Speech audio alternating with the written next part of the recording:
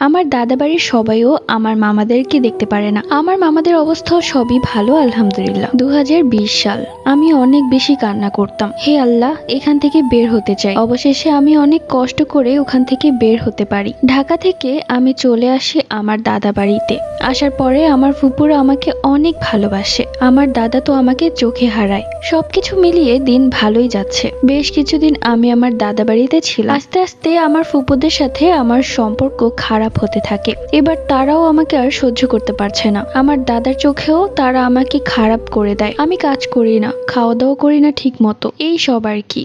যাই হোক, আমার দাদা অনেক বকাবকি করে, কারণ আমি অনেক বেশি অসুস্থ হয়ে যাচ্ছিলাম। আমার ফুপুদের সাথে আমার ঝগড়া হওয়ার একটাই কারণ ছিল, যখনই তারা আমার মাকে নিয়ে উল্টাপাল্টা কিছু বলে তখন আমি আর সহ্য করতে পারি না। কেননা আমি যে আমার মাকে অনেক বেশি ভালোবাসি। আমার মাকে ফোন দিয়ে তারা আমার নামে বিচার দেয়। সবকিছু মিলিয়ে দিনগুলো আবার সেই আগের মতো হয়ে যাচ্ছিল। এর মধ্যেই আমার মা আমার বিয়ে ঠিক করে। ছেলে অনলাইনে জব করে। যাই হোক না কেন, আমার মা আমাকে বলে দিয়েছে যদি ছেলেকে বিয়ে না করি তাহলে সে আমাকে মেয়ে হিসেবে পরিচয় দিবে না। এর আগেও আমার অনেক বিয়ের প্রস্তাব এসেছে, কিন্তু আমার মা যাচাই করে দেখেছে আগের ছেলেগুলো থেকে এখন যে ছেলেকে দেখেছে সে অনেক ভালো। যার কারণে আমার মা ঠিক করে যে তার সাথে আমাকে বিয়ে দিবে। আমাকে আমার দাদা বাড়ি থেকে নিয়ে আসা হয়। আসার পরে যেদিন এসেছে সেই দিন সন্ধ্যার সময় আমাকে দেখতে আসে ছেলেপক্ষ। ছেলের আমাকে অনেক বেশি পছন্দ হয়ে গেছে। ছেলে বলেছে যদি বিয়ে করতে হয় সে আমাকেই করবে। ছেলের নাম রনি। সেই দিন আমাকে দেখতে আসে আমার শাশুড়ি, আমার ননদ, এরাই মূলত আমাকে দেখতে এসেছিল। দেখতে আসার সময় সে কি কাহিনী, আমি ফর্সা কিনা, আমার চুল কতটুকু, আমি হাঁটতে ঠিক মতো পারি কিনা, এইসব ব্যাপারগুলো খেয়াল করে যাচাই করে দেখছিল। তারপরে ছেলে আমার সাথে একান্তে কথা বলতে চায়। আমি তার সাথে বারান্দায় যেয়ে কথা বলি।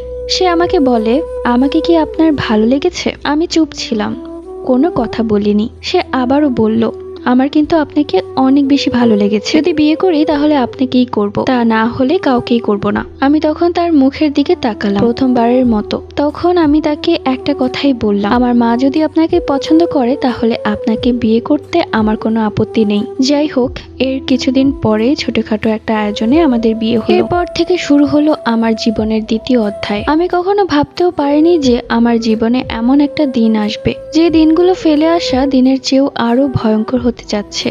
বিয়ের পরের দিন সকালে আমি ঘুম থেকে উঠে দেখলাম আমার হাজবেন্ড আমার পাশে নেই। পরে আমি উঠে বসে আছি। তখন আমার ননদ আমার রুমে এসে বলল, ফ্রেশ হয়ে খেতে এসো। আমি ফ্রেশ হয়ে আমার রুমে বসে আছি। আমার হাজবেন্ড সে কোথায় গেছে জানি না। এরপর আমার ননাস বলল আমার ঠোঁট নাকি আমার হাজবেন্ডের চেয়েও কালো। হঠাৎ এই কথাটা শুনে একটু অবাক হলাম। তারপর আমি আর কিছু বললাম না, চুপ করেছিলাম। কিছুক্ষণ পর আমার হাজবেন্ড এলো। পরবর্তী